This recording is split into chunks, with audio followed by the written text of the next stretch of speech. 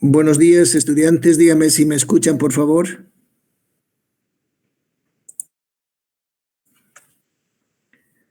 Aló, dígame si me escuchan. Sí, doctor. Ok, muy bien. Continuamos el tema y vemos todo lo correspondiente a proteínas. Si ustedes se fijan, estas son las estructuras de Van der Waals que se llaman de las proteínas, donde muestran sus estructuras primaria, secundaria, terciaria, sus interrelaciones que tiene y la forma en que se dibujan las proteínas habitualmente en cualquier estudio que se quiera realizar. Obviamente no son tan reales como uno quisiera pensar, pero siempre tienen un extremo amino y un extremo carboxilo, y entre medio están sus hélices, están sus enlaces, etcétera, la estructura primaria, secundaria, terciaria, etcétera, etcétera. Bien, ¿qué son las proteínas? Para empezar, no podríamos vivir sin proteínas. Es imposible vivir sin proteínas porque ellas son fuentes para nosotros de aminoácidos y la ausencia de aminoácidos impide que se forman proteínas, y al no haber proteínas no hay 26 funciones que realizan estas estructuras. Hay proteínas que se comportan como receptores, hay proteínas que actúan como señales intracelulares, proteínas de defensa, hay proteínas transportadoras, hay proteínas estructurales, etcétera, etcétera, etcétera. Las proteínas están determinadas genéticamente y las proteínas son muchísimas en nuestro cuerpo. Se estima que tenemos aproximadamente 30,000 proteínas distribuidas en todos los espacios, en el espacio intersticial, en la membrana, en el citosol, en el núcleo, en los organelos, etcétera, y proteínas circulantes, más o menos 30,000 proteínas. De esas 30,000 proteínas, aproximadamente 2,500 son enzimas, otras 1,500 son proteínas involucradas en lo que es el transporte, y proteínas que no solamente transportan en la sangre, sino intracelularmente de un organelo a otro organelo. Por lo tanto, son moléculas grandes, macromoléculas imprescindibles para la vida. Entonces, si vemos aquí lo que dice, son biomoléculas complejas o también macromoléculas estructurales formadas por polímeros de aminoácidos. Los aminoácidos, habíamos visto, no solamente sirven para formar proteínas, pero uno de sus roles más importantes es polimerizarse, unirse a través de un enlace peptídico y generar los polímeros diferentes, desde pequeños péptidos hasta polipéptidos muy grandes. Cada aminoácido, hay que recordar, pesa aproximadamente 100 daltons. Entonces, uno por el que la cantidad de daltons que nos dice que tiene esa proteína, kilodaltons, etcétera, intuimos o inferimos cuántos aminoácidos tiene.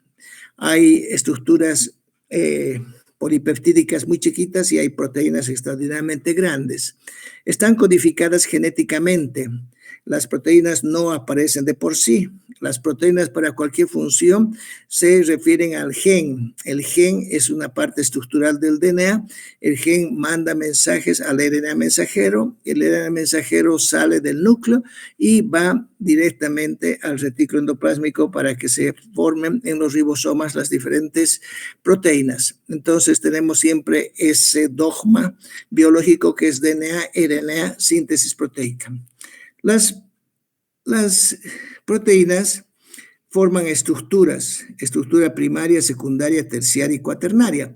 No todas las proteínas son cuaternarias. Por lo tanto, hay que reconocerlas a las que son cuaternarias, que obviamente son hartas, pero no son todas. Se requieren absolutamente en la alimentación como 20% de la dieta normal. Acuérdense que en la alimentación 50% constituyen los carbohidratos, 30% las grasas y 20% las proteínas.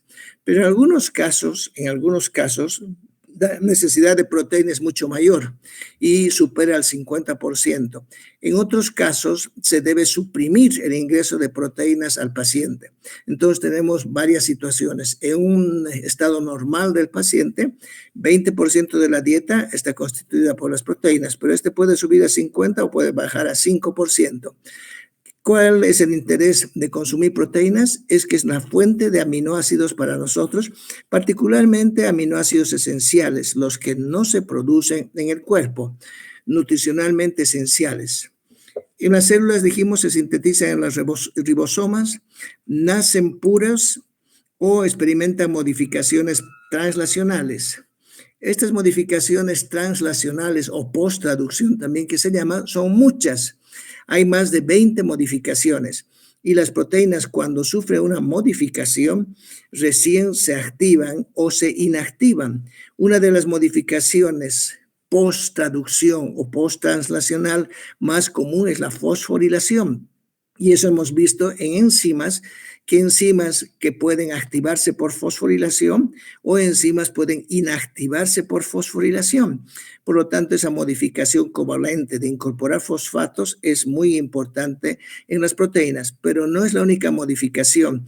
Hay otras que se llama glucosilación, que es la incorporación de azúcares, acetilación, el grupo de incorporación de 2 átomos de carbón, la metilación, incorporación de metilos, sulfatación, su nombre lo dice, de sulfatos, prenilación, cuando un proceso de formación o uno de los componentes de la formación del colesterol, que es el garnesil o el farnesil, se incorporan a las proteínas, eso se llama prenilación. Carboxilación, cuando se incorporan carbonos, acilación, cuando se incorporan ácidos grasos, farnesilación, muy parecido a prenilación, etcétera, etcétera, etcétera. Entonces hay muchas modificaciones que sufren las proteínas una vez que han salido vírgenes o salvajes del retículo endoplásmico rugoso.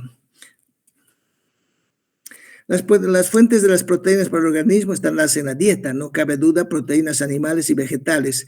Nosotros llamamos proteínas de primera calidad aquellas que tienen todos los aminoácidos esenciales y proteínas de segunda calidad aquellas que no tienen algún aminoácido esencial. Hay que recordar que los aminoácidos esenciales tienen un hemoténico que se llama el Hall privado de Tim y una proteína de primera calidad como son las proteínas animales tienen todos ellos.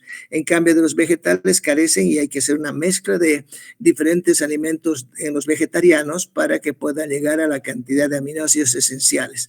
También se forman de nuevo en el cuerpo, es decir, que no necesitan solamente ingresar por la dieta. Los que tienen que ingresar por la dieta son los esenciales, pero los no esenciales se van formando constantemente a partir de los diferentes componentes que tiene la proteína. La proteína tiene una vida media. Al terminar su vida media, vienen enzimas proteasas, degradan a la proteína, liberan los aminoácidos y esos aminoácidos se reciclan para formar otra proteína.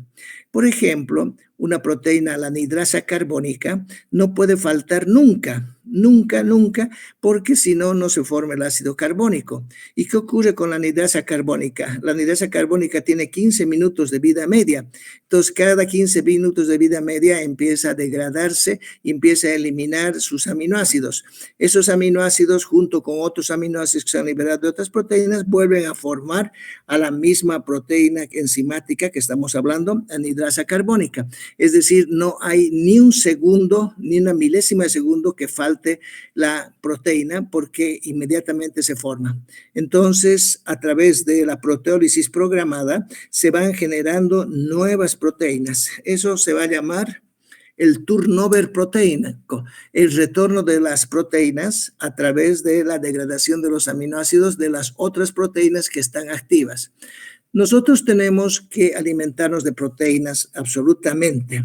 Las proteínas, fíjense aquí, tienen algunas, no indicaciones, pero algunas acciones que son extraordinariamente importantes para nuestra vida. Incrementan la fuerza en general. Una persona que es vegetariana puede hacer su vida normal, no cabe duda, si tiene una cantidad de aminoácidos que son los componentes de los vegetales unidos a ellos y tienen los aminoácidos esenciales, hace una vida absolutamente normal, pero generalmente carecen de fuerza. Entonces, la proteína animal y la proteína que se ingiere aumenta la fuerza en general. Aumenta también la captación de oxígeno. Nosotros somos seres aeróbicos y necesitamos oxígeno y cuanto más oxígeno estamos recibiendo, nuestras células están activándose más a través de los procesos que necesitan oxígeno como la cadena respiratoria, la formación del ATP, etc. Aumentan el contenido de hemoglobina de los glóbulos rojos. todos los que se alimentan con proteínas en gran cantidad van a tener un poquito de poliglobulia, no obviamente tan alta como los que viven en la altura, pero sí van a tener una hemoglobina mayor. Reduce la grasa corporal, va haciendo que la grasa corporal pase a un segundo plano y no se acumule tanto. Disminuyen la fatiga. Los pacientes que son pacientes terminales o pacientes que están casi caquéticos siempre viven con fatiga, entonces se les da suplementos con proteínas, con aminoácidos y muy rápidamente recuperan esa falta de vitalidad y empiezan a superar la fatiga. Produce una recuperación más rápida después de los entrenamientos. Hay muchos que hacen un entrenamiento físico intenso y necesitan proteínas. Ellos consumen proteínas particularmente de la leche y del huevo y eso hace que haya una recuperación mejor. Entonces el consumo de proteínas es imprescindible para nuestra vida. Aquí vemos algunos contenidos de proteínas en los diferentes alimentos. Fíjense, la carne de res tiene 20% de proteínas. El queso grasoso 28%, los frijoles, garbanzos también tienen proteínas, el maíz tiene un poquito de proteínas, pero fíjense, la leche pura que se consume en gran cantidad no tiene tanta proteína, tiene 4% de proteína y así sucesivamente. La mantequilla tiene 1%, lo que más tiene la mantequilla es grasa, el pan de trigo 7%, el arroz 7%, las papas 2%.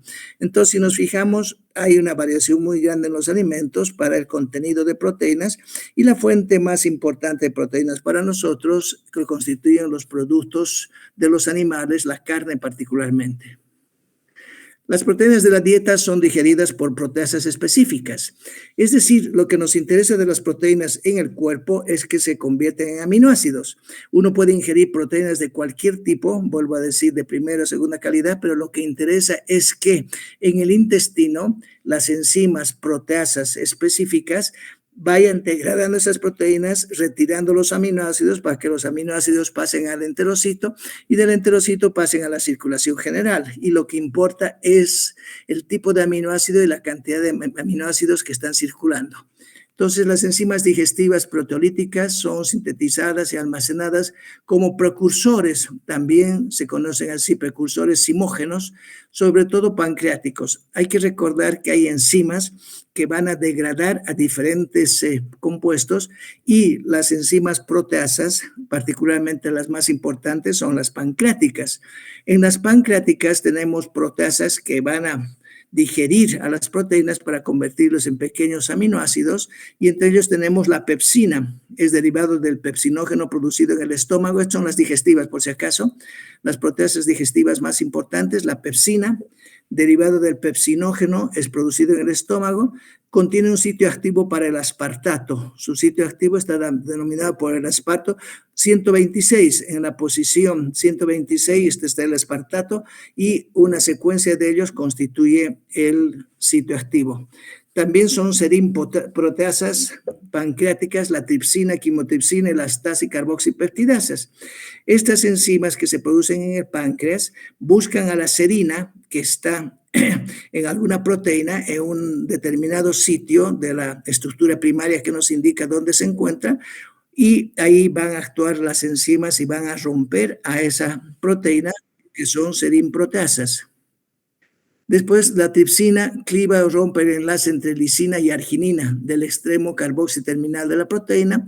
La quimotripsina rompe enlaces fenilalanina, tirosina, triptófano y otros aminoácidos del extremo también carboxiterminal. Hay que recordar que hay dos extremos en las proteínas, un amino terminal y el carboxiterminal, donde está el grupo carboxilado. La elastasa cliva el enlace alanina con otro aminoácido en el extremo carboxiterminal.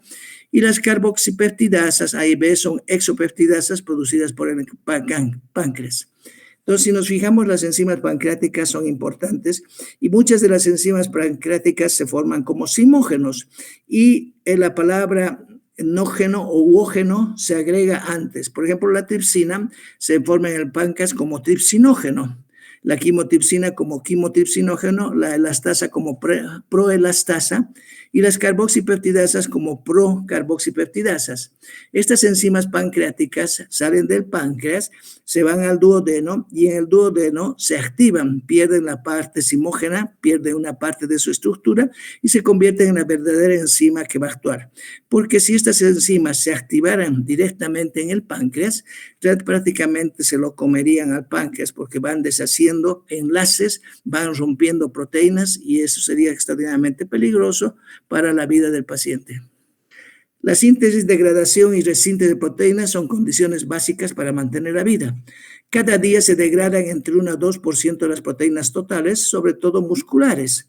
La proteína que más se pierde con el tiempo, con la edad en la persona es la proteína muscular y los pacientes que no tienen actividad física, no consumen proteínas, etcétera, etcétera, empiezan a sufrir de sarcopenias. Eso significa que los músculos se van atrofiando en forma muy notoria y el paciente escasamente puede hacer luego actividades físicas porque está degradando muchísimo sus proteínas musculares. Entonces el paciente requiere de actividad física, requiere de dietas especiales con aminoácidos esenciales, de consumo de proteínas, etcétera, etcétera, para contrarrestar esa pérdida de proteínas porque está perdiendo cada día un porcentaje.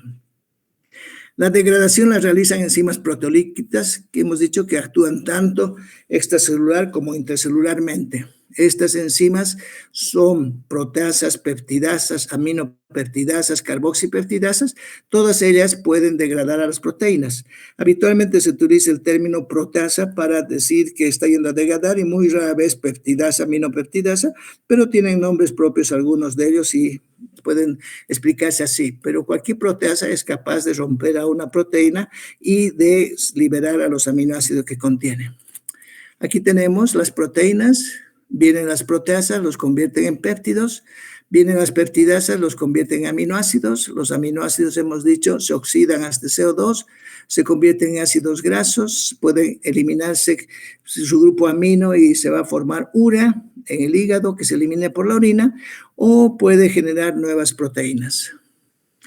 En la digestión, hemos dicho en el estómago, la pepsina es de la más importante, también se forma como pepsinógeno, un simógeno que se tiene que activar en pepsina para degradar a las proteínas en polipéptidos. En la luz intestinal hemos visto la tripsina, quimotripsina, elastasa, etcétera, que son carboxipeptidasas, etcétera. En el enterocito, dipeptidasas, tripeptidasas, lo que fuera, para definitivamente liberar de las proteínas los aminoácidos, porque lo que nos interesan son los aminoácidos que van a ingresar al cuerpo a través de las proteínas. Aquí también se observa la tripsina, quimotripsina, elastasa, dónde están actuando, etcétera, etcétera. En el metabolismo, la proteína ingerida se degrada en aminoácidos mediante el proceso digestivo, hemos dicho, pudiéndose seguir dos caminos, unos procesos anabólicos y otros procesos catabólicos. Los aminoácidos no absorbidos se expulsan por las heces. Ahí tenemos en el estómago a la gastrina, luego viene la pepsina que degrada las proteínas que han ingresado, en el intestino otras proteínas y tenemos ahí varias que son determinadas por el movimiento de la colecistoquinina, particularmente para liberación de quimotripsina, tripsinógeno, luego entran a la sangre, se van al hígado, se almacenan o se produce nuevamente síntesis de proteínas. Aquí tenemos las proteínas exógenas que han ingresado al cuerpo, han sido digeridas, se han convertido en aminoácidos, han pasado del intestino a la sangre y de la sangre a las células de todo el cuerpo. Y en las células ya están convertidas en aminoácidos y estos aminoácidos se convertirán en proteínas útiles para esa célula o hemos dicho se convertirían en otros compuestos como son bases nitrogenadas para la formación de ácidos nucleicos, como glutamina para el transporte de aminoácidos o como grupos aminos libres para eliminarse, etc. O son oxidados a cuerpos cetónicos, a compuestos glucogénicos, son convertidos en azúcar a través del ciclo de Krebs. Hay muchas que se van a unir, o son dos en realidad que se van a unir al oxalacetato, el aspartato, que es el más importante, y luego todos estos van a participar en el metabolismo intermediario. Ahí tenemos que los aminoácidos están surgiendo de las proteínas y las proteínas surgen de los aminoácidos. Los aminoácidos son lo que más nos importa a nosotros. Esos aminoácidos van a convertirse en acetilcoenzima A, ingresarán al ciclo de Krebs, tendrán una regulación hormonal dada por las dos hormonas importantes de regulación de las proteínas, que son el cortisol y la triiodotironina de forma positiva y la insulina de forma negativa. Entonces tenemos también insulina y testosterona, que son capaces de convertir proteínas en aminoácidos, y aminoácidos, la insulina, que se opone a la formación de proteínas, etcétera, etcétera. Fíjense, esta regulación hormonal es importante. El cortisol, que es una hormona producida por la corteza suprarrenal, y la triiodotironina por la T3, hace que los aminoácidos se conviertan rápidamente en proteínas. En cambio, la insulina hace que las proteínas rápidamente se convierten en aminoácidos, lo mismo que la testosterona. Este es un ciclo que se va repitiendo constantemente y constituye lo que se llama el turnover proteico, es decir, la reposición entre la síntesis y la degradación. Tenemos la proteína neta, y va a tener en momentos procesos de síntesis y otro momento por degradación. A todo esto se llama turnover, retorno de los aminoácidos para formar la proteína, o la formación de proteínas en forma constante a través de lo que es la degradación y la nueva síntesis, degradación y síntesis, o síntesis y degradación en forma constante. Eso significa que simultáneamente a la síntesis se produce una degradación de proteínas formadas y se establece un equilibrio dinámico entre la cantidad de aminoácidos orgánicos y de proteínas. A todo esto se llama turnover proteico, el mantenimiento y el retorno de las proteínas a partir de proteínas que se han degradado y que están sintetizando a otras. Si no tuviéramos el turnover proteico, estaríamos absolutamente perdidos, porque cada instante se están degradando proteínas y cada instante se están formando proteínas. Hemos dicho eso en el ejemplo de las enzimas. Las enzimas no pueden faltar ni siquiera milésimas de segundo. Mientras la enzima se está degradando, ya se está formando la otra enzima.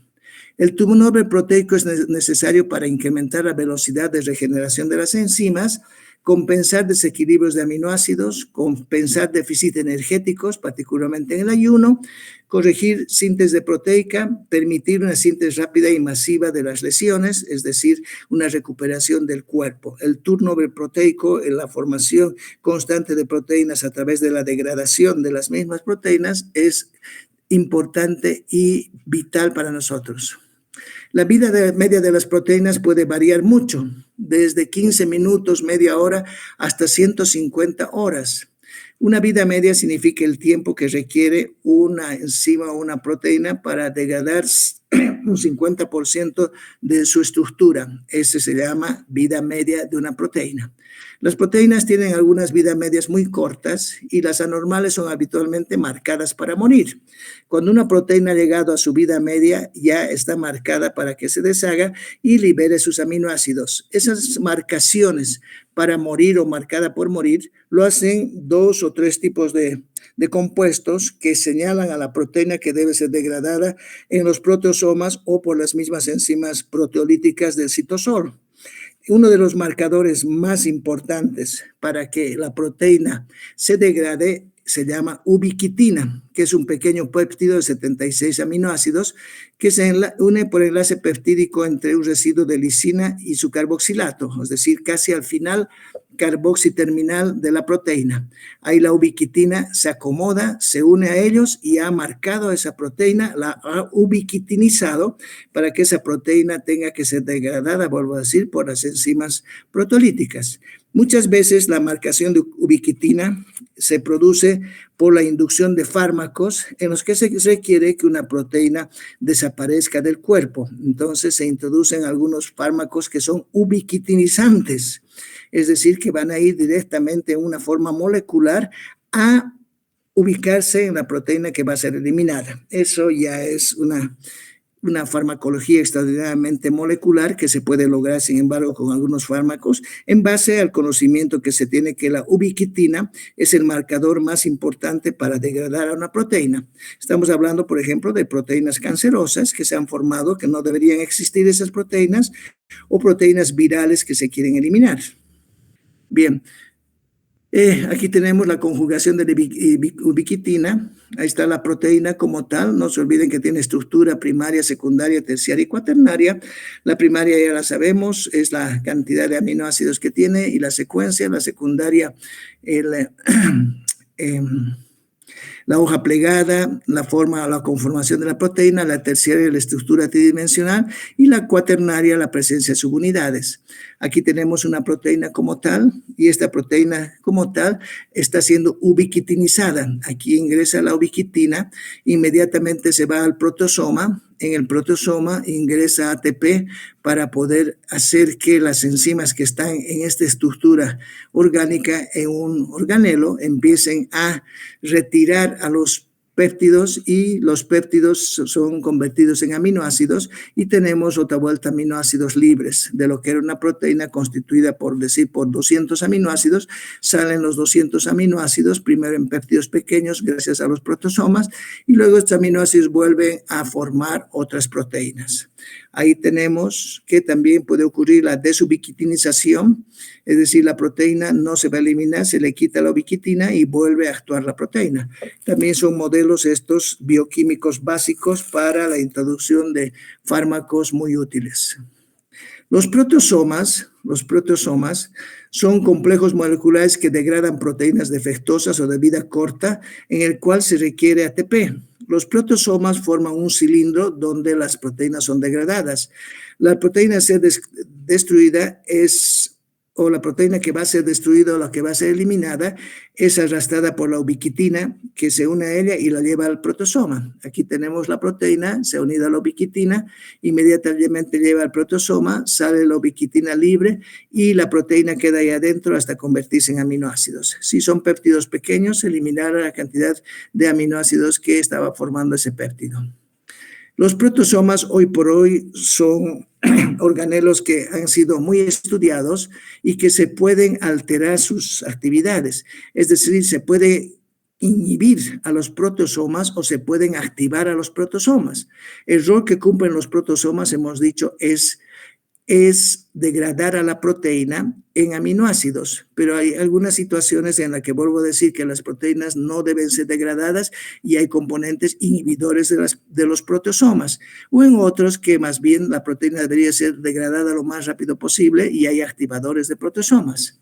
Aquí tenemos entonces a la proteína que se va a degradar, está marcada por ubiquitina, se consume energía, la proteína ya se unió, la ubiquitina a la proteína, habíamos dicho cerca del extremo carboxilo terminal, entra al protosoma. El protosoma es un organelo cilíndrico y empiezan a salir fragmentos de péptidos y la ubiquitina se libera absolutamente y esos péptidos se van a degradar en aminoácidos y vuelven a reciclar para formar aminoácidos. Los protosomas son muy necesarios y vuelvo a decir, en algunas patologías como es el mieloma múltiple, se utiliza el conocimiento bioquímico básico para utilizar fármacos para tratar esta enfermedad, que es un cáncer muy agresivo, y en esta situación de cáncer se van a utilizar inhibidores de los protosomas en el mieloma múltiple, pero ese es otro término y otro capítulo, pero para que vean la relación que existe entre la bioquímica y las otras ciencias. Aquí está la proteína blanco, la ubiquitina, que es trasladada, se une la ubiquitina a la proteína, se utiliza ATP, se consume ATP, ingresa al protosoma. El protosoma tiene muchos anillos que se llaman alfa, anillos beta, anillos alfa negativos, etcétera. Está formado por muchas enzimas que son catalíticas que van a degradar a toditas las proteínas que han ingresado, liberan a la ubiquitina y vuelvo a decir, se reconstituyen. Aquí está el bortezomib, que les había dicho que es un medicamento que se utiliza hoy por hoy para tratar el mieloma múltiple, y el bortezomib inhibe a los protosomas, es un inhibidor de los protosomas cuya acción es extraordinariamente compleja para identificarla y para indicar a ustedes, pero recordar solamente el nombre bortezomib está relacionado con los protosomas y sirve para tratamiento de una enfermedad que afecta a la médula ósea, un cáncer que se llama mieloma múltiple, y hoy por hoy es el gold estándar o el tratamiento ideado más más bueno y eficaz para tratar ese cáncer al inhibir la acción degradativa de los proteasomas. Otra vuelta, el bortezomib, etcétera, etcétera. Bien, las proteínas de vida media muy corta presentan una secuencia de residuos que las reconocen las proteasas. Ese nombre del residuo se llama PEST. Entonces, otra forma de marcar a la proteína que pueda ser eliminada. Y el PEST significa prolina, glutamato, serina y treonina. Entonces, algunas terminaciones de las proteínas que han ido perdiendo aminoácidos y aparece esta secuencia final que se llama PET, son también eliminadas por las enzimas proteolíticas. Los lisosomas degradan las proteínas de vida larga, intracelular y extracelular. Realmente, si no tuviéramos lisosomas, estamos fregados. El problema es que los lisosomas, si se activan mucho, empiezan a degradar muchísimo las proteínas intracelulares y para nosotros es un problema, particularmente cuando hay un proceso inflamatorio. Por lo que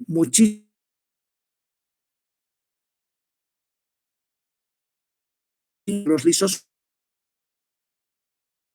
sus enzimas vayan a degradar a las proteínas útiles en el interior y exterior de la célula y que nos vayan a alterar varias funciones.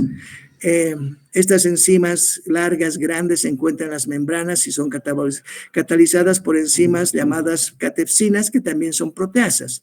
Entonces, vuelvo a decir, en el proceso inflamatorio se activan mucho los lisosomas y los antiinflamatorios son inhibidores de los lisosomas porque los lisosomas cuando están activos empiezan a degradar muchísimas proteínas. Las proteínas circulantes de tipo globulina, glicoproteínas, se degradan a perder un grupo cianoneuramínico. Acuérdense que las glucoproteínas, particularmente los glucolípidos también y las glucoproteínas tienen al ácido neuramínico, que es una cadena de oligosacáridos que son 5 azúcares que se han unido. Ingresan a la célula a través de receptores de cianoproteínas y en el interior son degradadas por los lisosomas. Vuelvo a mencionar, si no fuera la acción de los lisosomas, que son 40 enzimas hidrolíticas, estaríamos con mucha proteína que es innecesaria y obviamente podrían también degradarse proteínas necesarias. Cuando la proteína se cataboliza, se separa de los grupos amino y cetoácido. El grupo amino es el grupo nitrogenado y el esqueleto de carbón que queda es el cetoácido. 20-25% de los aminoácidos se degradan y sus grupos aminos forman urea. Y hemos visto cómo se formaba urea. En cambio, los grupos cetoácidos forman esqueletos de carbón, se incorporan al ciclo anfibólico, que es el ciclo de Krebs, para oxidarse y generar energía. 75-85% de los aminoácidos liberados se reutilizan para formar nuevas proteínas.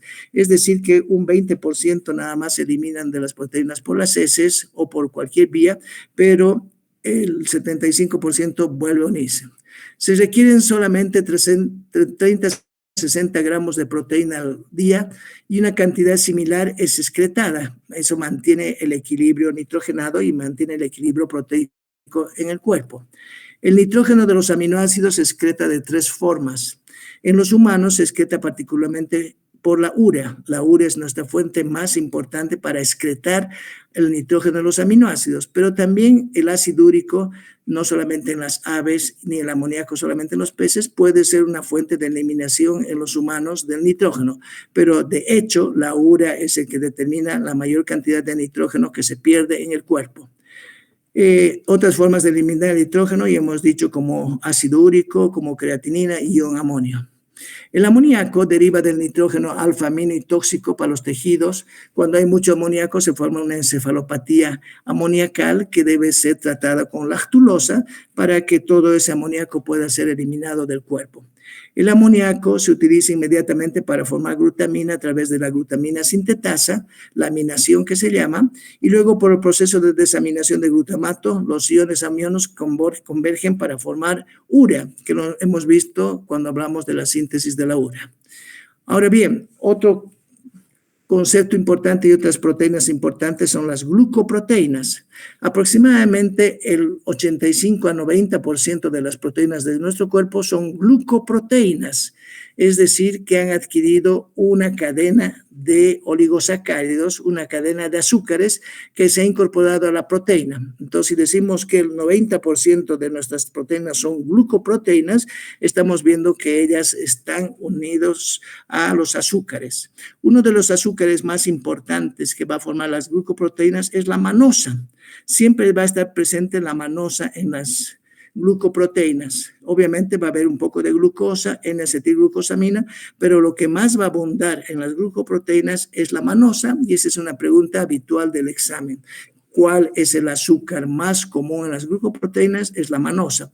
Recordad que la manosa es una hexosa y es un epímero de la glucosa. Entonces ya la conocemos a la manosa, que va a formar, se va a unir por el enlace N-enlace a los aminoácidos de la proteína, habitualmente a la asparagina, o se va a unir también los carbohidratos por enlace O glucosídico, N-glucosídico a la serina de los aminoácidos, de la cadena de proteínas, la serina que está en el sitio donde tiene que encontrarse para su glucosilación. La glucosilación es un proceso entonces de incorporación de azúcares a las proteínas, no exclusivamente glucosa. Estamos hablando que la glucosilación puede tener otros azúcares, no exclusivamente glucosa. Los carbohidratos van a formar, hemos dicho, como heteropolisacáridos diferentes, no son necesariamente los mismos, a las glucoproteínas. Y las glucoproteínas son proteínas unidas a varios azúcares. Destacan entre otras funciones la estructural, el reconocimiento celular cuando están presentes en las superficies de las membranas, formando lo que se denomina el glucocáliz. Tenemos muchísimas glucoproteínas, vuelvo a decir, más del 90% de nuestras proteínas son glucoproteínas. Entonces, las glucoproteínas son parte también de la superficie celular, está en el glucocáliz, en todo lo que es la membrana. Pueden estar como proteínas extracelulares, casi todas las proteínas que están circulando plasmáticas, llamadas así, que se han sintetizado en el hígado y han salido al plasma, son glucoproteínas, son proteínas secretadas. Los oligosacáridos unidos a la molécula determinan la capacidad de doblamiento y estabilidad de las proteínas. Ese es el rol de que se unan azúcares. Provee información crítica acerca del blanco de las proteínas recién sintetizadas. Permite el reconocimiento específico por parte de otras proteínas. Los enlaces en las glucoproteínas hemos dicho que pueden ser enlaces N-glucosídicos o enlaces O-glucosídicos, dependiente de la cantidad de azúcares que se van a unir. Los enlaces O-glucosídicos tienen proteínas de tipo mucinas ligadas, así como la N-acetilgalactosamina, etcétera, etcétera, y son O-glucosídicos. La función de las proteínas, hemos dicho, de las glucoproteínas son muchas, pueden ser como estructuras moleculares, y ahí tenemos al colágeno. El colágeno, la proteína más abundante del cuerpo. No hay un solo tipo de colágeno, hay más de 30 tipos de colágenos y todos ellos son glucoproteínas. Actúan como lubricantes, protectores, mucinas, el moco que producimos a nivel gastrointestinal o a nivel de tubo respiratorio o lo que fuera. Están formadas por mucinas, que son también glucoproteínas, que actúan como lubricantes y protectores. La transferrina, la ceruloplasmina, que son transportadores en el plasma, son glucoproteínas. Las inmunoglobulinas, todas ellas, y los antígenos de histocompatibilidad son glucoproteínas. Las hormonas reguladoras también son glucoproteínas, la gonadotrofina coriónica, la FSH. Reconocimiento de células, las proteínas que participan en la interacción célula-célula son glucoproteínas. Los anticongelantes de algunas proteínas de los peces de aguas frías son también glucoproteínas. Enzimas como la ribonucleasa también son glucoproteínas. Entonces tenemos un gran grupo de estructuras llamadas glucoproteínas. Hay también glucoproteínas específicas que tienen nombres propios, y unos se llaman proteoglucanos y otros se llaman glucosa-aminoglucanos. Son específicos de tipo de glucoproteínas, y aquí tenemos al primer grupo que aparece específico, que se llama proteoglucanos. Los proteoglucanos son estructuras de tipo glucoproteicas que constituyen principalmente el tejido conectivo. El tejido conectivo es el tejido que nos da soporte, va a actuar en los huesos, va a estar en el hueso, en el cartílago, va a estar formando parte del tejido adiposo, de los ligamentos y tendones. Es muy, muy extenso ese tejido conectivo, y en ese tejido conectivo que va a formar posteriormente la matriz extracelular se encuentran muchos proteoglucanos, que son un tipo especial de glucoproteínas. Los protoglucanos, algunos las llaman mucoproteínas, y los protoglucanos están formados por oligosacáridos, hidratos de carbono, en un 95% y una pequeña porción de proteína. Los glucoaminoglucanos son un subtipo también de glucoproteínas, y estos glucosaminoglucanos son unidades repetidas de disacáridos más un azúcar que es una hexosamina. Esa hexosamina puede ser de glucosa o de galactosa. La galactosa aminada o unida a un grupo nitrogenada, o la galactosa unida a un tipo aminado, entonces forman lo que se llaman glucosaminoglucanos, que son otro grupo especial de glucoproteínas. Tenemos a los protoglucanos entonces formando lo que va a ser la matriz extracelular, y también a los glucosaminoglucanos, cuya única diferencia entre estas dos glucoproteínas está el tipo de azúcar, que es una hexosamina, galactosamina o glucosamina. En cambio aquí son oligosacáridos diferentes, donde habíamos dicho que el que domina es particularmente la manosa.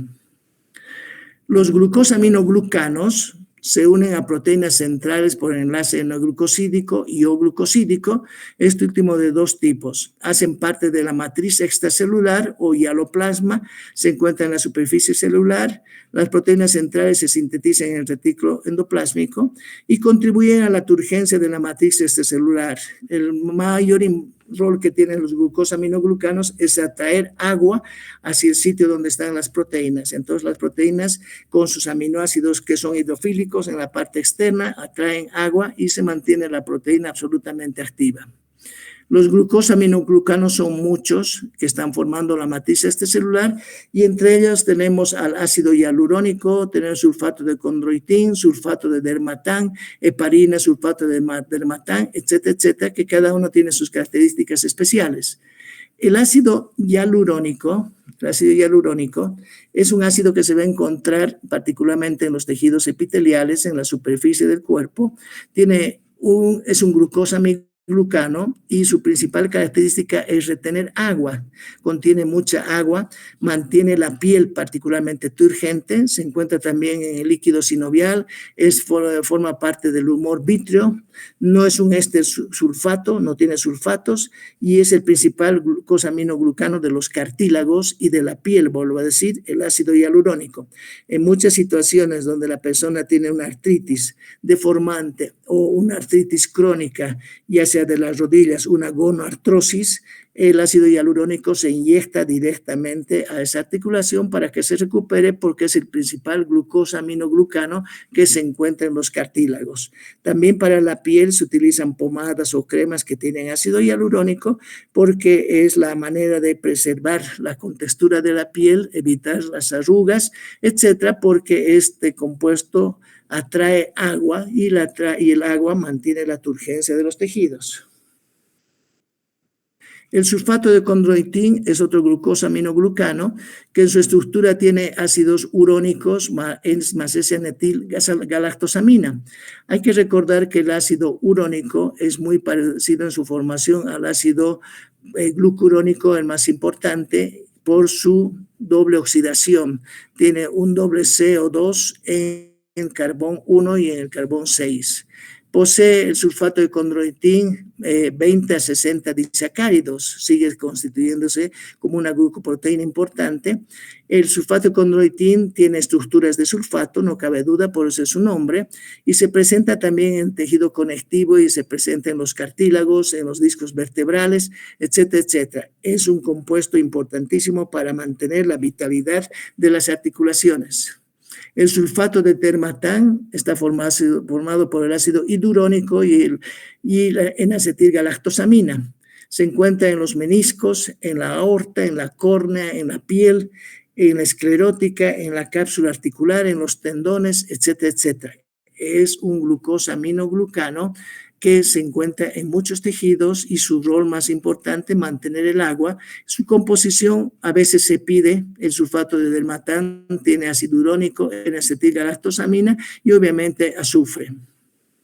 La heparina y el sulfato de heparán. La heparina es muy conocida como un anticoagulante, tiene estructuras muy similares. La heparina no es un constituyente de los tejidos conectivos, por si acaso.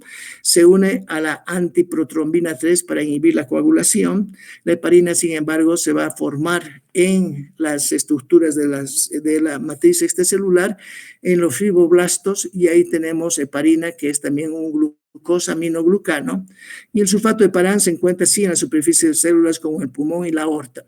En cambio, la heparina, que es una estructura muy grande, que puede haber heparinas de alto peso molecular y heparinas de bajo peso molecular, dependiendo de su cantidad de azúcares que se han unido, son útiles como anticoagulantes. Hoy por hoy, la enoxaparina, que es la heparina de bajo peso molecular, es la más utilizada como anticoagulante.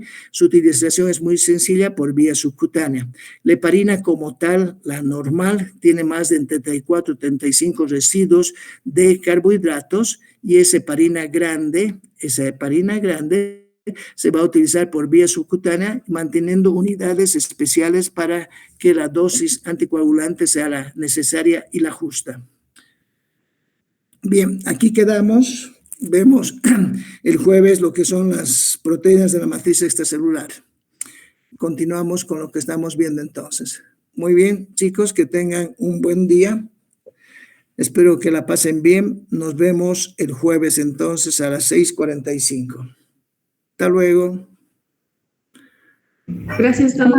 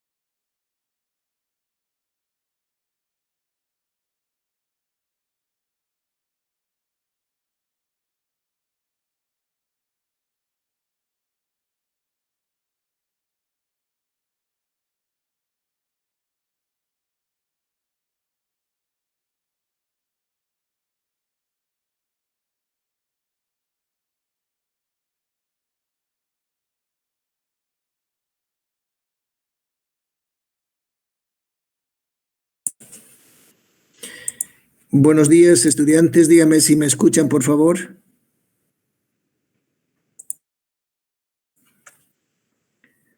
Aló, dígame si me escuchan. Sí, doctor. Ok, muy bien. Continuamos el tema y vemos todo lo correspondiente a proteínas. Si ustedes se fijan, estas son las estructuras de Van der Waals que se llaman de las proteínas, donde muestran sus estructuras primaria, secundaria, terciaria, sus interrelaciones que tiene y la forma en que se dibujan las proteínas habitualmente en cualquier estudio que se quiera realizar. Obviamente no son tan reales como uno quisiera pensar, pero siempre tienen un extremo amino y un extremo carboxilo, y entre medio están sus hélices, están sus enlaces, etcétera, la estructura primaria, secundaria, terciaria, etcétera, etcétera. Bien, ¿qué son las proteínas? Para empezar, no podríamos vivir sin proteínas. Es imposible vivir sin proteínas porque ellas son fuentes para nosotros de aminoácidos y la ausencia de aminoácidos impide que se forman proteínas y al no haber proteínas no hay 26 funciones que realizan estas estructuras. Hay proteínas que se comportan como receptores, hay proteínas que actúan como señales intracelulares, proteínas de defensa, hay proteínas transportadoras, hay proteínas estructurales, etcétera, etcétera, etcétera. Las proteínas están determinadas genéticamente y las proteínas son muchísimas en nuestro cuerpo.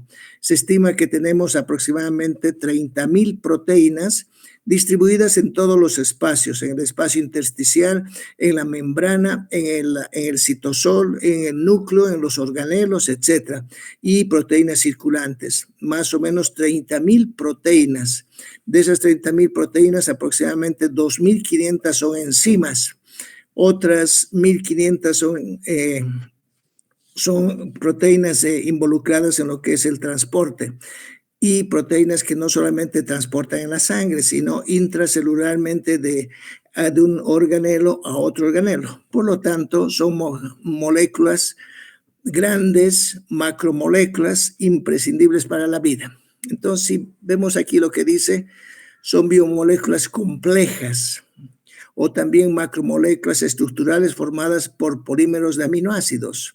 Los aminoácidos, habíamos visto, no solamente sirven para formar proteínas, pero uno de sus roles más importantes es polimerizarse, unirse a través de un enlace peptídico y generar los polímeros diferentes, desde pequeños péptidos hasta polipéptidos muy grandes. Cada aminoácido, hay que recordar, pesa aproximadamente 100 daltons, entonces uno por el que la cantidad de daltons que nos dice que tiene esa proteína, kilodaltons, etcétera, intuimos o inferimos cuántos aminoácidos tiene. Hay estructuras polipeptídicas muy chiquitas y hay proteínas extraordinariamente grandes. Están codificadas genéticamente. Las proteínas no aparecen de por sí. Las proteínas para cualquier función se refieren al gen. El gen es una parte estructural del DNA. El gen manda mensajes al RNA mensajero. El RNA mensajero sale del núcleo y va directamente al retículo endoplásmico para que se formen en los ribosomas las diferentes proteínas. Entonces tenemos siempre ese dogma biológico que es DNA, RNA, síntesis proteica. Las proteínas forman estructuras, estructura primaria, secundaria, terciaria y cuaternaria. No todas las proteínas son cuaternarias, por lo tanto hay que reconocerlas a las que son cuaternarias, que obviamente son hartas, pero no son todas. Se requieren absolutamente en la alimentación como 20% de la dieta normal. Acuérdense que en la alimentación 50% constituyen los carbohidratos, 30% las grasas y 20% las proteínas. Pero en algunos casos, la necesidad de proteína es mucho mayor y supera el 50%. En otros casos, se debe suprimir el ingreso de proteínas al paciente. Entonces, tenemos varias situaciones. En un estado normal del paciente, 20% de la dieta está constituida por las proteínas, pero este puede subir a 50% o puede bajar a 5%. ¿Cuál es el interés de consumir proteínas? Es que es la fuente de aminoácidos para nosotros, particularmente aminoácidos esenciales, los que no se producen en el cuerpo, nutricionalmente esenciales. En las células, dijimos, se sintetizan en los ribosomas, nacen puros o experimentan modificaciones translacionales. Estas modificaciones translacionales o post-traducción también que se llaman, son muchas. Hay más de 20 modificaciones. y las proteínas, cuando sufren una modificación, recién se activan o se inactivan. Una de las modificaciones post-traducción o post-translacional más común es la fosforilación. Y eso hemos visto en enzimas que pueden activarse por fosforilación o enzimas pueden inactivarse por fosforilación. Por lo tanto, esa modificación covalente de incorporar fosfatos es muy importante en las proteínas, pero no es la única modificación.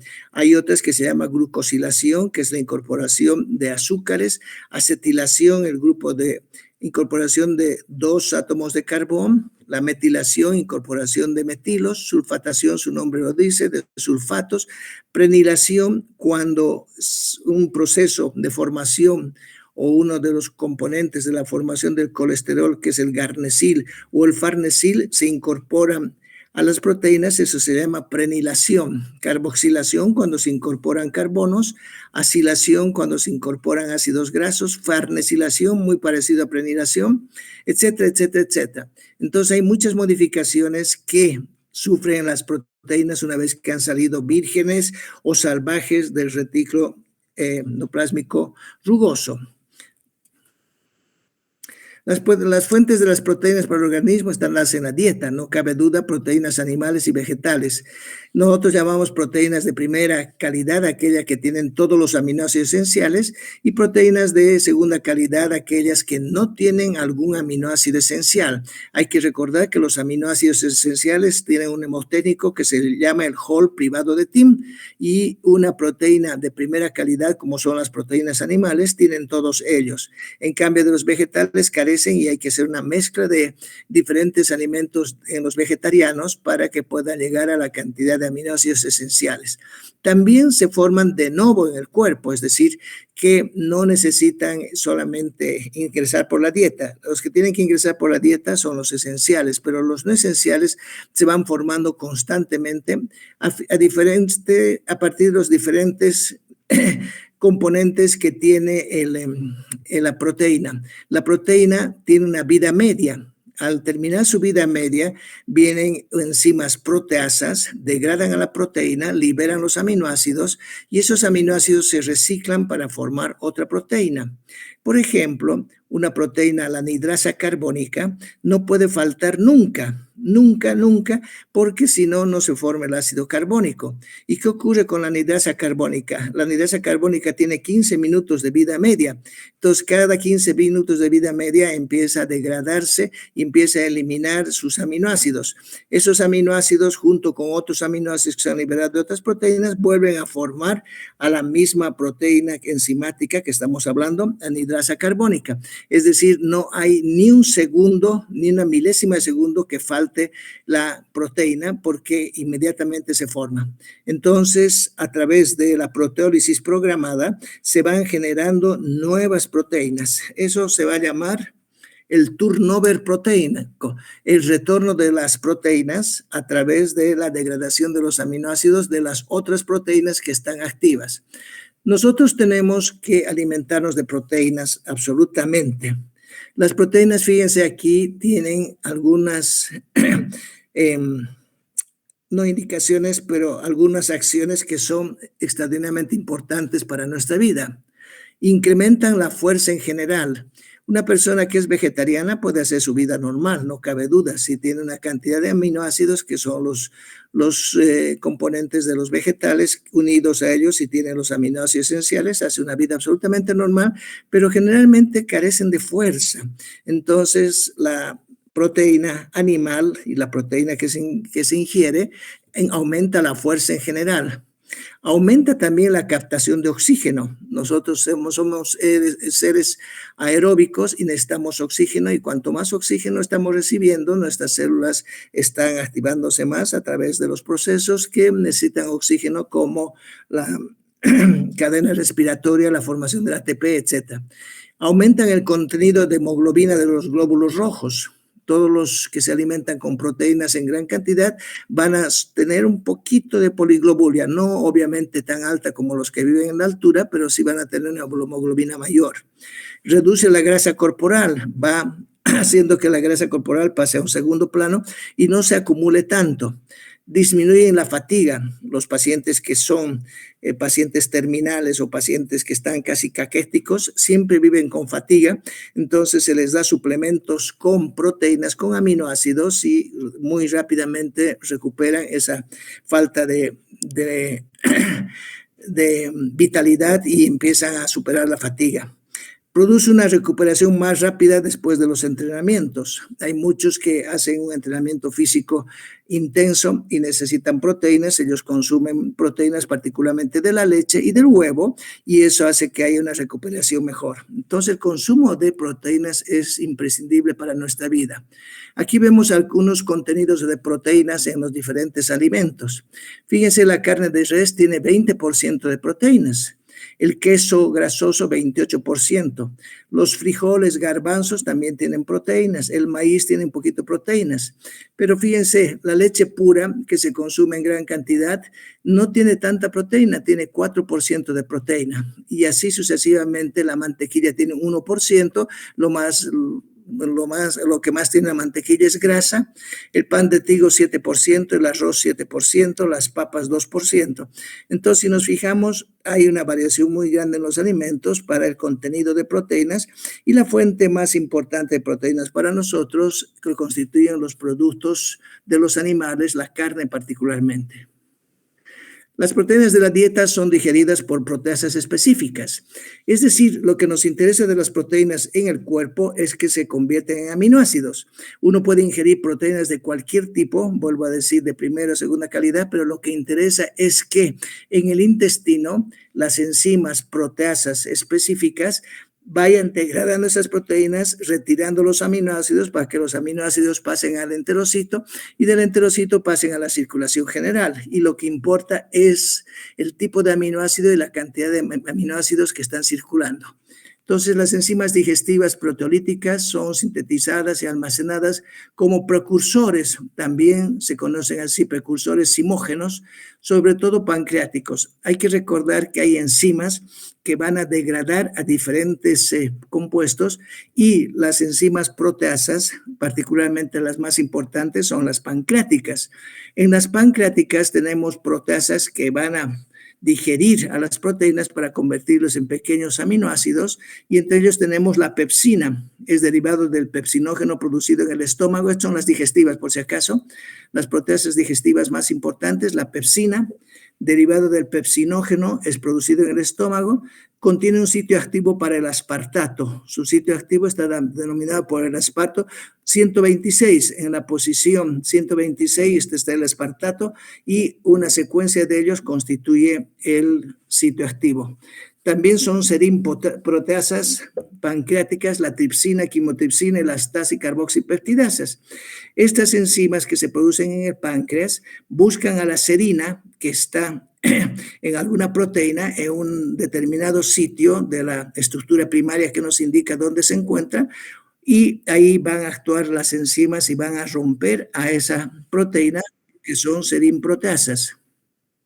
Después, la tripsina cliva o rompe el enlace entre lisina y arginina del extremo carboxiterminal de la proteína. La quimotripsina rompe enlaces fenilalanina, tirosina, triptófano y otros aminoácidos del extremo también carboxiterminal. Hay que recordar que hay dos extremos en las proteínas, un amino terminal y el carboxiterminal, donde está el grupo carboxilado. La elastasa cliva el enlace alanina con otro aminoácido en el extremo carboxiterminal. Y las carboxipeptidasas, A y B, son exopeptidasas producidas por el páncreas.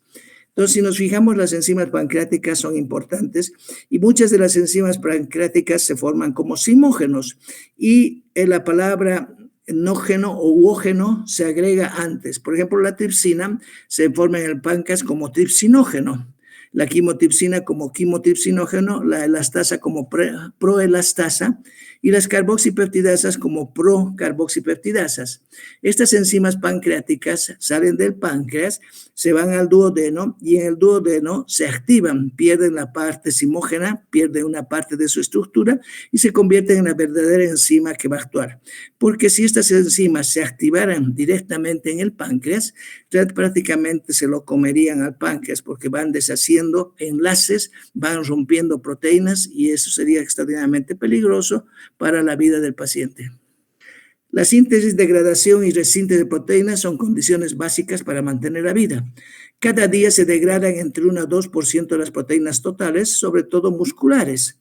La proteína que más se pierde con el tiempo, con la edad en la persona, es la proteína muscular, y los pacientes que no tienen actividad física, no consumen proteínas, etcétera, etcétera, empiezan a sufrir de sarcopenias. Eso significa que los músculos se van atrofiando en forma muy notoria, y el paciente escasamente puede hacer luego actividades físicas porque está degradando muchísimo sus proteínas musculares. Entonces ese paciente requiere de actividad física, requiere de dietas especiales con aminoácidos esenciales, de consumo de proteínas, etcétera, etcétera, para contrarrestar esa pérdida de proteínas, porque está perdiendo cada día un porcentaje. La degradación la realizan enzimas proteolíticas, que hemos dicho que actúan tanto extracelular como intracelularmente. Estas enzimas son proteasas, peptidasas, aminopeptidasas, carboxipeptidasas. Todas ellas pueden degradar a las proteínas. Habitualmente se utiliza el término proteasa para decir que está yendo a degradar, y muy rara vez peptidasa, aminopeptidasa, pero tienen nombres propios algunos de ellos y pueden explicarse así. Pero cualquier proteasa es capaz de romper a una proteína y de liberar a los aminoácidos que contiene. Aquí tenemos las proteínas. Vienen las proteasas, los convierten en péptidos. Vienen las peptidasas, los convierten en aminoácidos. Los aminoácidos, hemos dicho, se oxidan hasta CO2, se convierten en ácidos grasos, pueden eliminarse su grupo amino y se va a formar ura en el hígado, que se elimina por la orina, o puede generar nuevas proteínas. En la digestión, hemos dicho, en el estómago, la pepsina es de la más importante. También se forma como pepsinógeno, un zimógeno que se tiene que activar en pepsina para degradar a las proteínas en polipéptidos. En la luz intestinal hemos visto la tripsina, quimotripsina, elastasa, etcétera, que son carboxipeptidasas, etcétera. En el enterocito, dipeptidasas, tripeptidasas, lo que fuera, para definitivamente liberar de las proteínas los aminoácidos, porque lo que nos interesan son los aminoácidos que van a ingresar al cuerpo a través de las proteínas. Aquí también se observa la tripsina, quimotripsina, elastasa, dónde están actuando, etcétera, etcétera. En el metabolismo, la proteína ingerida se degrada en aminoácidos mediante el proceso digestivo, hemos dicho, pudiéndose seguir dos caminos, unos procesos anabólicos y otros procesos catabólicos. Los aminoácidos no absorbidos se expulsan por las heces. Ahí tenemos en el estómago a la gastrina, luego viene la pepsina que degrada las proteínas que han ingresado, en el intestino otras proteínas, y tenemos ahí varias que son determinadas por el movimiento de la colecistoquinina, particularmente para liberación de quimotripsina, tripsinógeno. Luego entran a la sangre, se van al hígado, se almacenan o se produce nuevamente síntesis de proteínas. Aquí tenemos las proteínas exógenas que han ingresado al cuerpo, han sido digeridas, se han convertido en aminoácidos, han pasado del intestino a la sangre y de la sangre a las células de todo el cuerpo. Y en las células ya están convertidas en aminoácidos, y estos aminoácidos se convertirán en proteínas útiles para esa célula, o hemos dicho, se convertirían en otros compuestos como son bases nitrogenadas para la formación de ácidos nucleicos, como glutamina para el transporte de aminoácidos, o como grupos aminos libres para eliminarse, etc.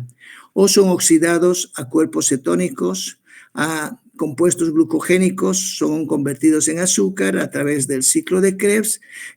Hay muchas que se van a unir, o son dos en realidad, que se van a unir al oxalacetato, el aspartato, que es el más importante, y luego todos estos van a participar en el metabolismo intermediario. Ahí tenemos que los aminoácidos están surgiendo de las proteínas y las proteínas surgen de los aminoácidos. Los aminoácidos son lo que más nos importa a nosotros. Esos aminoácidos van a convertirse en acetilcoenzima A, ingresarán al ciclo de Krebs, tendrán una regulación hormonal dada por las dos hormonas importantes de regulación de las proteínas, que son el cortisol y la triiodotironina, de forma positiva, y la insulina de forma negativa. Entonces tenemos también insulina y testosterona, que son capaces de convertir proteínas en aminoácidos, y aminoácidos, la insulina, que se opone a la formación de proteínas, etcétera, etcétera. Fíjense, esta regulación hormonal es importante. El cortisol, que es una hormona producida por la corteza suprarrenal, y la tiroidotironina por la T3, hace que los aminoácidos se conviertan rápidamente en proteínas. En cambio, la insulina hace que las proteínas rápidamente se conviertan en aminoácidos, lo mismo que la testosterona. Este es un ciclo que se va repitiendo constantemente y constituye lo que se llama el turnover proteico, es decir, la reposición entre la síntesis y la degradación. Tenemos la proteína neta, y va a tener en momentos procesos de síntesis y otro momento por degradación. A todo esto se llama turnover, retorno de los aminoácidos para formar la proteína, o la formación de proteínas en forma constante a través de lo que es la degradación y la nueva síntesis, degradación y síntesis, o síntesis y degradación en forma constante. Eso significa que simultáneamente a la síntesis se produce una degradación de proteínas formadas y se establece un equilibrio dinámico entre la cantidad de aminoácidos orgánicos y de proteínas. A todo esto se llama turnover proteico, el mantenimiento y el retorno de las proteínas a partir de proteínas que se han degradado y que están sintetizando a otras. Si no tuviéramos el turnover proteico, estaríamos absolutamente perdidos, porque cada instante se están degradando proteínas y cada instante se están formando proteínas. Hemos dicho eso en el ejemplo de las enzimas. Las enzimas no pueden faltar ni siquiera milésimas de segundo. Mientras la enzima se está degradando, ya se está formando la otra enzima. El turnover proteico es necesario para incrementar la velocidad de regeneración de las enzimas, compensar desequilibrios de aminoácidos, compensar déficits energéticos, particularmente en el ayuno, corregir síntesis de proteica, permitir una síntesis rápida y masiva de las lesiones, es decir, una recuperación del cuerpo. El turnover proteico, la formación constante de proteínas a través de la degradación de las mismas proteínas, es importante y vital para nosotros. La vida media de las proteínas puede variar mucho, desde 15 minutos, media hora, hasta 150 horas.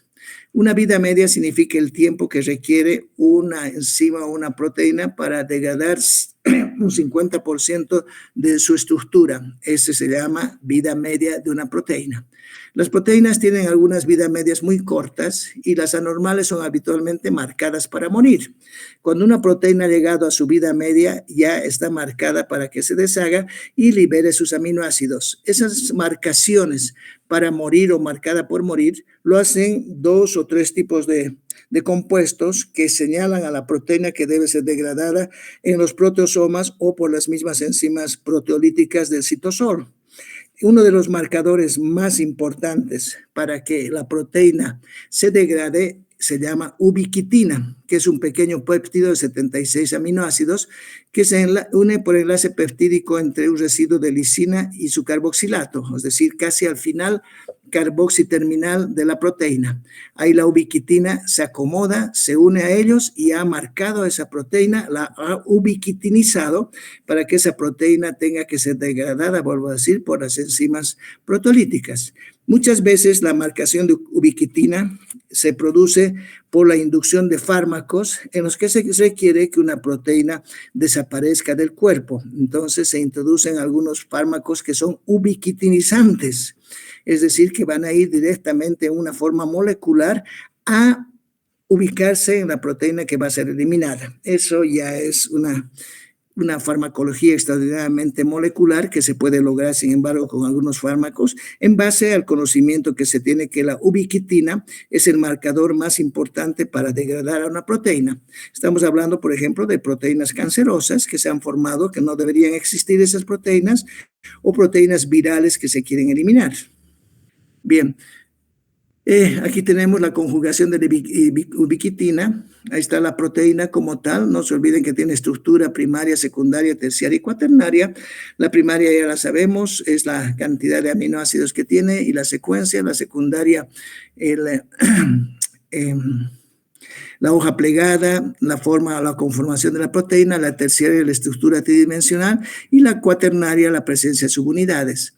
Aquí tenemos una proteína como tal, y esta proteína como tal está siendo ubiquitinizada. Aquí ingresa la ubiquitina, inmediatamente se va al protosoma. En el protosoma ingresa ATP para poder hacer que las enzimas que están en esta estructura orgánica en un organelo empiecen a retirar a los péptidos, y los péptidos son convertidos en aminoácidos, y tenemos otra vuelta aminoácidos libres. De lo que era una proteína constituida por 200 aminoácidos, salen los 200 aminoácidos, primero en péptidos pequeños gracias a los protosomas, y luego estos aminoácidos vuelven a formar otras proteínas. Ahí tenemos que también puede ocurrir la desubiquitinización, es decir, la proteína no se va a eliminar, se le quita la ubiquitina y vuelve a actuar la proteína. También son modelos estos bioquímicos básicos para la introducción de fármacos muy útiles. Los protosomas son complejos moleculares que degradan proteínas defectuosas o de vida corta, en el cual se requiere ATP. Los protosomas forman un cilindro donde las proteínas son degradadas. La proteína a ser destruida o la proteína que va a ser destruida o la que va a ser eliminada es arrastrada por la ubiquitina, que se une a ella y la lleva al protosoma. Aquí tenemos la proteína, se ha unido a la ubiquitina, inmediatamente lleva al protosoma, sale la ubiquitina libre y la proteína queda ahí adentro hasta convertirse en aminoácidos. Si son péptidos pequeños, se eliminará la cantidad de aminoácidos que estaba formando ese péptido. Los protosomas hoy por hoy son organelos que han sido muy estudiados y que se pueden alterar sus actividades. Es decir, se puede inhibir a los protosomas o se pueden activar a los protosomas. El rol que cumplen los protosomas, hemos dicho, es degradar a la proteína en aminoácidos, pero hay algunas situaciones en las que vuelvo a decir que las proteínas no deben ser degradadas y hay componentes inhibidores de los protosomas, o en otros que más bien la proteína debería ser degradada lo más rápido posible y hay activadores de protosomas. Aquí tenemos entonces a la proteína que se va a degradar, está marcada por ubiquitina, se consume energía, la proteína ya se unió, la ubiquitina a la proteína, habíamos dicho cerca del extremo carboxilo terminal, entra al protosoma. El protosoma es un organelo cilíndrico y empiezan a salir fragmentos de péptidos y la ubiquitina se libera absolutamente y esos péptidos se van a degradar en aminoácidos y vuelven a reciclar para formar aminoácidos. Los protosomas son muy necesarios y vuelvo a decir, en algunas patologías como es el mieloma múltiple, se utiliza el conocimiento bioquímico básico para utilizar fármacos para tratar esta enfermedad, que es un cáncer muy agresivo, y en esta situación de cáncer se van a utilizar inhibidores de los protosomas en el mieloma múltiple, pero ese es otro término y otro capítulo, pero para que vean la relación que existe entre la bioquímica y las otras ciencias. Aquí está la proteína blanco, la ubiquitina, que es trasladada, se une la ubiquitina a la proteína, se utiliza ATP, se consume ATP, ingresa al protosoma. El protosoma tiene muchos anillos que se llaman alfa, anillos beta, anillos alfa negativos, etcétera. Está formado por muchas enzimas que son catalíticas que van a degradar a toditas las proteínas que han ingresado, liberan a la ubiquitina y vuelvo a decir, se reconstituyen. Aquí está el bortezomib, que les había dicho que es un medicamento que se utiliza hoy por hoy para tratar el mieloma múltiple, y el bortezomib inhibe a los protosomas, es un inhibidor de los protosomas cuya acción es extraordinariamente compleja para identificarla y para indicar a ustedes, pero recordar solamente el nombre bortezomib está relacionado con los protosomas y sirve para tratamiento de una enfermedad que afecta a la médula ósea, un cáncer que se llama mieloma múltiple y hoy por hoy es el gold estándar o el tratamiento ideado más bueno y eficaz para tratar ese cáncer al inhibir la acción degradativa de los protosomas. Otra vuelta, el bortezomib, etcétera, etcétera. Bien, las proteínas de vida media muy corta presentan una secuencia de residuos que las reconocen las proteasas. Ese nombre del residuo se llama PEST. Entonces, otra forma de marcar a la proteína que pueda ser eliminada. Y el PET significa prolina, glutamato, serina y treonina. Entonces, algunas terminaciones de las proteínas que han ido perdiendo aminoácidos y aparece esta secuencia final que se llama PETs, son también eliminadas por las enzimas proteolíticas. Los lisosomas degradan las proteínas de vida larga, intracelular y extracelular.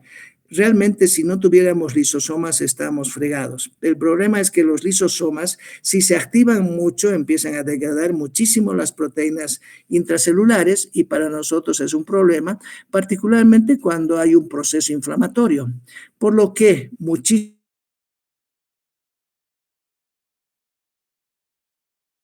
los lisosomas, sus enzimas vayan a degradar a las proteínas útiles en el interior y exterior de la célula y que nos vayan a alterar varias funciones.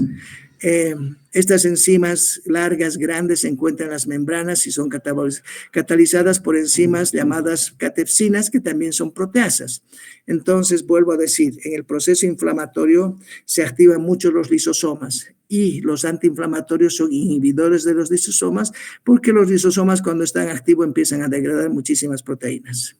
Las proteínas circulantes de tipo globulina, glicoproteínas, se degradan a perder un grupo cianoneuramínico. Acuérdense que las glucoproteínas, particularmente los glucolípidos también y las glucoproteínas tienen al ácido neuramínico, que es una cadena de oligosacáridos que son 5 azúcares que se han unido. Ingresan a la célula a través de receptores de cianoproteínas y en el interior son degradadas por los lisosomas. Vuelvo a mencionar, si no fuera la acción de los lisosomas, que son 40 enzimas hidrolíticas, estaríamos con mucha proteína que es innecesaria y obviamente podrían también degradarse proteínas necesarias. Cuando la proteína se cataboliza, se separa de los grupos amino y cetoácido. El grupo amino es el grupo nitrogenado y el esqueleto de carbón que queda es el cetoácido. 20-25% de los aminoácidos se degradan y sus grupos aminos forman urea. Y hemos visto cómo se formaba urea. En cambio, los grupos cetoácidos forman esqueletos de carbón, se incorporan al ciclo anfibólico, que es el ciclo de Krebs, para oxidarse y generar energía. 75-85% de los aminoácidos liberados se reutilizan para formar nuevas proteínas. Es decir, que un 20% nada más se eliminan de las proteínas por las heces o por cualquier vía, pero el 75% vuelve a unirse. Se requieren solamente 30-60 gramos de proteína al día y una cantidad similar es excretada. Eso mantiene el equilibrio nitrogenado y mantiene el equilibrio proteico en el cuerpo. El nitrógeno de los aminoácidos se excreta de 3 formas. En los humanos se excreta particularmente por la urea. La urea es nuestra fuente más importante para excretar el nitrógeno de los aminoácidos, pero también el ácido úrico, no solamente en las aves, ni el amoníaco solamente en los peces, puede ser una fuente de eliminación en los humanos del nitrógeno, pero de hecho la urea es el que determina la mayor cantidad de nitrógeno que se pierde en el cuerpo. Otras formas de eliminar el nitrógeno, y hemos dicho como ácido úrico, como creatinina y ion amonio. El amoníaco deriva del nitrógeno alfa-amino y tóxico para los tejidos. Cuando hay mucho amoníaco se forma una encefalopatía amoniacal que debe ser tratada con lactulosa para que todo ese amoníaco pueda ser eliminado del cuerpo. El amoníaco se utiliza inmediatamente para formar glutamina a través de la glutamina sintetasa, la aminación que se llama, y luego por el proceso de desaminación de glutamato, los iones amionos convergen para formar urea, que lo hemos visto cuando hablamos de la síntesis de la urea. Ahora bien, otro concepto importante y otras proteínas importantes son las glucoproteínas. Aproximadamente el 85-90% de las proteínas de nuestro cuerpo son glucoproteínas, es decir, que han adquirido una cadena de oligosacáridos, una cadena de azúcares que se ha incorporado a la proteína. Entonces, si decimos que el 90% de nuestras proteínas son glucoproteínas, estamos viendo que ellas están unidos a los azúcares. Uno de los azúcares más importantes que va a formar las glucoproteínas es la manosa. Siempre va a estar presente la manosa en las glucoproteínas. Obviamente va a haber un poco de glucosa, N-acetilglucosamina, pero lo que más va a abundar en las glucoproteínas es la manosa, y esa es una pregunta habitual del examen. ¿Cuál es el azúcar más común en las glucoproteínas? Es la manosa. Recordad que la manosa es una hexosa y es un epímero de la glucosa. Entonces ya la conocemos a la manosa, que va a formar, se va a unir por el enlace enlace a los aminoácidos de la proteína, habitualmente a la asparagina, o se va a unir también los carbohidratos por el enlace O glucosídico, N-glucosídico a la serina de los aminoácidos, de la cadena de proteínas, la serina que está en el sitio donde tiene que encontrarse para su glucosilación. La glucosilación es un proceso entonces de incorporación de azúcares a las proteínas, no exclusivamente glucosa. Estamos hablando que la glucosilación puede tener otros azúcares, no exclusivamente glucosa. Los carbohidratos van a formar, hemos dicho, como heteropolisacáridos diferentes, no son necesariamente los mismos, a las glucoproteínas. Y las glucoproteínas son proteínas unidas a varios azúcares. Destacan, entre otras funciones, la estructural, el reconocimiento celular cuando están presentes en las superficies de las membranas, formando lo que se denomina el glucocáliz. Tenemos muchísimas glucoproteínas, vuelvo a decir, más del 90% de nuestras proteínas son glucoproteínas. Entonces, las glucoproteínas son parte también de la superficie celular, está en el glucocáliz, en todo lo que es la membrana. Pueden estar como proteínas extracelulares, casi todas las proteínas que están circulando plasmáticas, llamadas así, que se han sintetizado en el hígado y han salido al plasma, son glucoproteínas, son proteínas secretadas. Los oligosacáridos unidos a la molécula determinan la capacidad de doblamiento y estabilidad de las proteínas. Ese es el rol de que se unan azúcares. Provee información crítica acerca del blanco de las proteínas recién sintetizadas. Permite el reconocimiento específico por parte de otras proteínas. Los enlaces en las glucoproteínas hemos dicho que pueden ser enlaces N-glucosídicos o enlaces O-glucosídicos, dependiente de la cantidad de azúcares que se van a unir. Los enlaces O-glucosídicos tienen proteínas de tipo mucinas ligadas, así como la N-acetilgalactosamina, etcétera, etcétera, y son O-glucosídicos. La función de las proteínas, hemos dicho, de las glucoproteínas son muchas, pueden ser como estructuras moleculares, y ahí tenemos al colágeno, la proteína más abundante del cuerpo. No hay un solo tipo de colágeno, hay más de 30 tipos de colágenos, y todos ellos son glucoproteínas.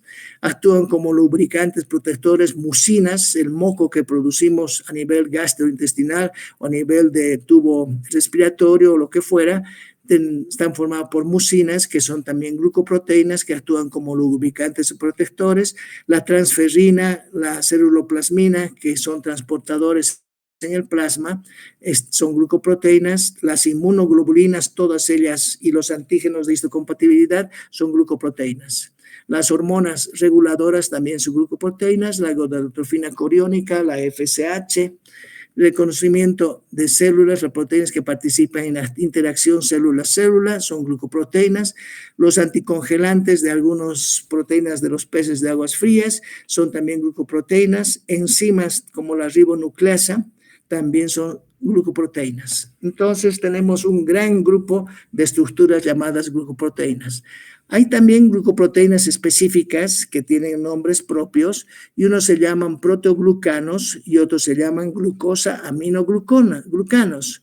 Son específicos de tipo de glucoproteínas, y aquí tenemos al primer grupo que aparece específico, que se llama proteoglucanos. Los proteoglucanos son estructuras de tipo glucoproteicas que constituyen principalmente el tejido conectivo. El tejido conectivo es el tejido que nos da soporte, va a actuar en los huesos, va a estar en el hueso, en el cartílago, va a estar formando parte del tejido adiposo, de los ligamentos y tendones. Es muy, muy extenso ese tejido conectivo, y en ese tejido conectivo que va a formar posteriormente la matriz extracelular se encuentran muchos proteoglucanos, que son un tipo especial de glucoproteínas. Los proteoglucanos, algunos las llaman mucoproteínas. Y los proteoglucanos están formados por oligosacáridos, hidratos de carbono, en un 95% y una pequeña porción de proteína. Los glucoaminoglucanos son un subtipo también de glucoproteínas, y estos glucosaminoglucanos son unidades repetidas de disacáridos más un azúcar que es una hexosamina. Esa hexosamina puede ser de glucosa o de galactosa. La galactosa aminada o unida a un grupo nitrogenada o la galactosa unida a un tripoaminado, entonces forman lo que se llaman glucosaminoglucanos, que son otro grupo especial de glucoproteínas. Tenemos a los protoglucanos entonces formando lo que va a ser la matriz extracelular y también a los glucosaminoglucanos, cuya única diferencia entre estas dos glucoproteínas está el tipo de azúcar, que es una hexosamina, galactosamina o glucosamina. En cambio aquí son oligosacáridos diferentes, donde habíamos dicho que el que domina es particularmente la manosa. Los glucosaminoglucanos se unen a proteínas centrales por enlace N-glucosídico y O-glucosídico, este último de dos tipos. Hacen parte de la matriz extracelular o hialoplasma, se encuentra en la superficie celular. Las proteínas centrales se sintetizan en el retículo endoplásmico y contribuyen a la turgencia de la matriz extracelular. El mayor rol que tienen los glucosaminoglucanos es atraer agua hacia el sitio donde están las proteínas. Entonces, las proteínas con sus aminoácidos que son hidrofílicos en la parte externa atraen agua y se mantiene la proteína absolutamente activa. Los glucosaminoglucanos son muchos que están formando la matriz extracelular y entre ellos tenemos al ácido hialurónico, tenemos sulfato de condroitín, sulfato de dermatán, heparina, sulfato de dermatán, etcétera, etcétera, que cada uno tiene sus características especiales. El ácido hialurónico es un ácido que se va a encontrar particularmente en los tejidos epiteliales, en la superficie del cuerpo. Es un glucosamiglucano y su principal característica es retener agua. Contiene mucha agua, mantiene la piel particularmente turgente, se encuentra también en el líquido sinovial, forma parte del humor vítreo, no es un éster sulfato, no tiene sulfatos y es el principal glucosaminoglucano de los cartílagos y de la piel, vuelvo a decir, el ácido hialurónico. En muchas situaciones donde la persona tiene una artritis deformante o una artritis crónica, ya sea de las rodillas, una gonoartrosis, el ácido hialurónico se inyecta directamente a esa articulación para que se recupere porque es el principal glucosaminoglucano que se encuentra en los cartílagos. También para la piel se utilizan pomadas o cremas que tienen ácido hialurónico porque es la manera de preservar la contextura de la piel, evitar las arrugas, etcétera, porque este compuesto atrae agua y el agua mantiene la turgencia de los tejidos. El sulfato de condroitín es otro glucosaminoglucano que en su estructura tiene ácidos urónicos más S-acetilgalactosamina. Hay que recordar que el ácido urónico es muy parecido en su formación al ácido glucurónico, el más importante, por su doble oxidación. Tiene un doble CO2 en el carbón 1 y en el carbón 6. Posee el sulfato de condroitín 20 a 60 disacáridos, sigue constituyéndose como una glucoproteína importante. El sulfato de condroitín tiene estructuras de sulfato, no cabe duda, por eso es su nombre, y se presenta también en tejido conectivo y se presenta en los cartílagos, en los discos vertebrales, etcétera, etcétera. Es un compuesto importantísimo para mantener la vitalidad de las articulaciones. El sulfato de dermatán está formado por el ácido hialurónico y la N-acetilgalactosamina. Se encuentra en los meniscos, en la aorta, en la córnea, en la piel, en la esclerótica, en la cápsula articular, en los tendones, etcétera, etcétera. Es un glucosaminoglucano que se encuentra en muchos tejidos y su rol más importante, mantener el agua. Su composición a veces se pide, el sulfato de dermatán tiene ácido urónico, N-acetilgalactosamina y obviamente azufre. La heparina y el sulfato de heparán, la heparina es muy conocida como un anticoagulante, tiene estructuras muy similares. La heparina no es un constituyente de los tejidos conectivos, por si acaso, se une a la antiprotrombina 3 para inhibir la coagulación.